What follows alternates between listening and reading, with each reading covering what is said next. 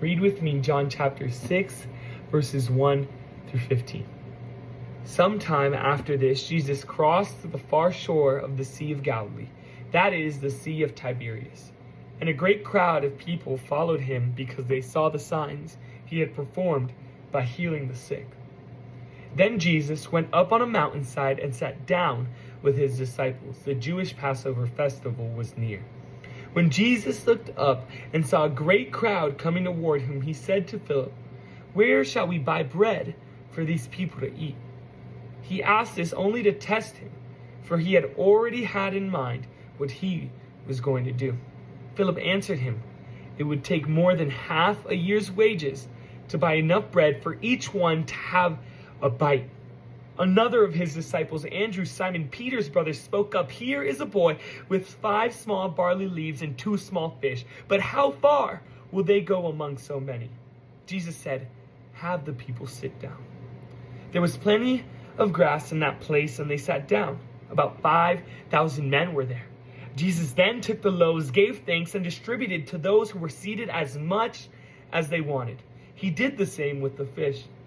When they had all had enough to eat, he said to his disciples, "Gather the pieces that are left over. Let nothing be wasted." So they gathered them and filled 12 baskets with the pieces of the 5 barley loaves left over by those who had eaten. After the people saw the sign Jesus performed, they began to say, "Surely this is the prophet who is to come into the world." Jesus, knowing that they intended to come and make him king by force, withdrew again to a mountain by himself. Wow, what a powerful miracle that Jesus performed on this mountain. Jesus feeds 5,000 men, but imagine how many more women and children were there out of 5 small barley loaves and 2 small fish. The part in verse 7 where Philip is doing the math, doing the thing that makes sense, and says it would take half a year's wages for each person to have a single bite.